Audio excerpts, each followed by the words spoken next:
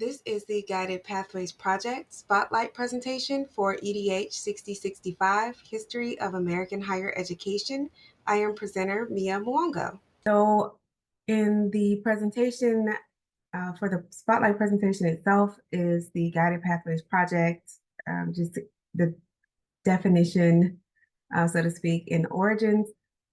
But I've also included historical perspective and educational philosophies, as well as something interesting that I found in doing this project, comparing and contrasting guided pathways and the spelling report. They're included as slides, and folks can pause the recording should they wish to look at the content. But really, we're just doing the number one for the Spotlight presentation.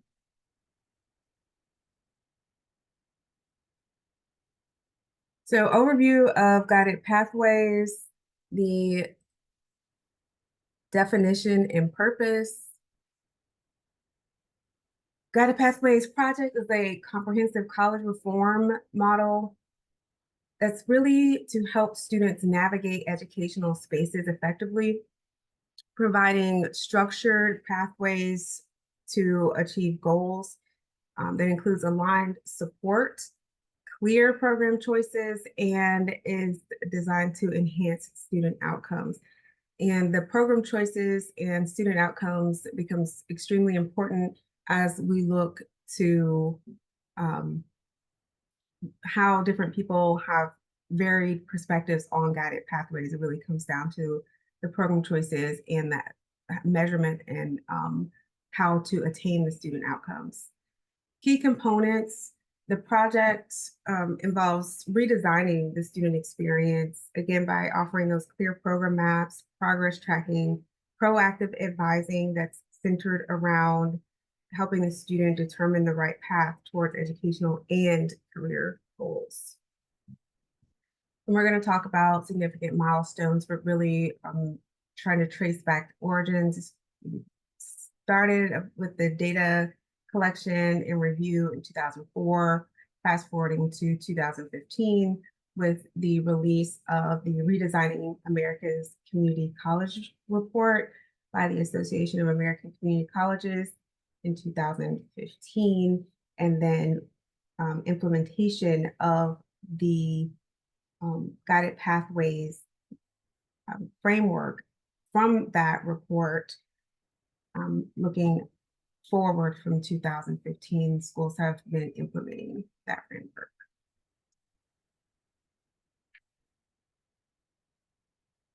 The highlights of guided pathways and what proponents really want people to know about the project is that it's an integrated approach. It's institution-wide. Like one department cannot be doing guided pathways. For example, advising can't be doing guided pathways. It has to be an institutional commitment to student success. And it's from entry to graduation and beyond to career attainment. And again, goal-centered approach. Everything has to be aligned, programs, advising, all of the institution's resources are around helping with simplified decision-making so that the students' goals are front and center and not necessarily just what the institution wants to offer. This slide is going deeper into some of the definitions and essential practices and competencies that make up the guided pathways framework. And you can pause the recording if you would like to take a deeper dive. So there has been traction and continued adoption of the guided pathways framework and model. Definitely has huge benefits for student success. The outcomes have spoken for themselves. The data speaks. However, it is quite challenging. As many of you know, we work at institutions. Being able to implement anything, especially something that's comprehensive and far-reaching, would have challenges to be complicated. So the guided pathways framework can take anywhere from 3 to 5 years to implement. But again, the benefits are substantial.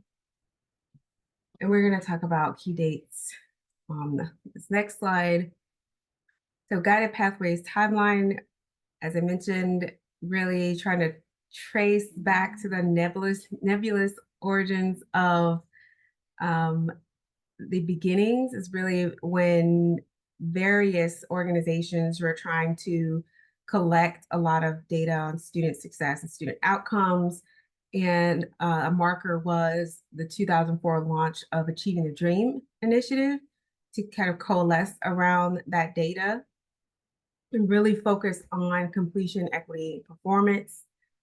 2009, the Bill and Melinda Gates Foundation joins Achieving the Dream, and through their developmental education initiative, started adding on to what would later become a version of student success initiative for guided pathways. The Completion by Design initiative, again, builds on what was done in 2004 and 2009, and it's a program framework, and its aim is to just make sure students are getting through it at a more accelerated rate. So they should be college ready. The programs should be structured to get students through them as quickly as possible, etc., with correct supports. And then all of this work culminates with the 2015 Association of American Community Colleges Pathways Project and the Redesigning American Community Colleges report. And there have been revisions since to parts and pieces of it. So it's kind of a living document, a living framework as best practices come to light. There's schools still implementing it and still finding ways to improve as we do. So that's really the end of the spotlight presentation as it's meant to be, but I did find some things interesting that apply from our class. The historical perspectives from Thomas Jefferson and Francis Wayland definitely have an impact.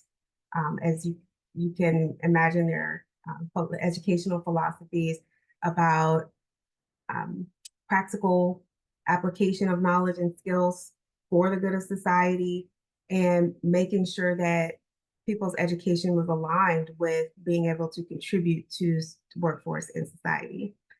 And making sure that education is accessible. And what do we mean by accessible? Having a quote unquote cafeteria style, as AAC would put it, a cafeteria style education that people cannot navigate and definitely cannot complete is not really being accessible. And so those foundational philosophies are at play when the proponents are working on the Guided Pathways projects. And so Benjamin Franklin, I was really drawn to going back to what his proposals related to the education of youth in Pennsylvania. He's really focused on making sure that our country's youth are educated and ready to contribute to society. And again, you can pause the video and look through some of these slides that relate. The spellings report, I found similarities and differences. Both of the concepts in the spellings report and the Guided Pathways frameworks, they do focus on making sure you begin with the end in mind, and that there's streamlined and efficient education pathways or ways to navigate choice. Um, but the definitions of choice are, it seems to be different.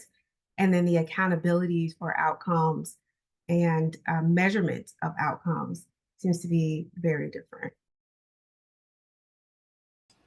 Here's a quick slide that just goes over some of the differences, and you can pause if you'd like to Most of see the more on the sources slide. were the actual Redesigning America's Community College report itself, and then a summary of the various iterations.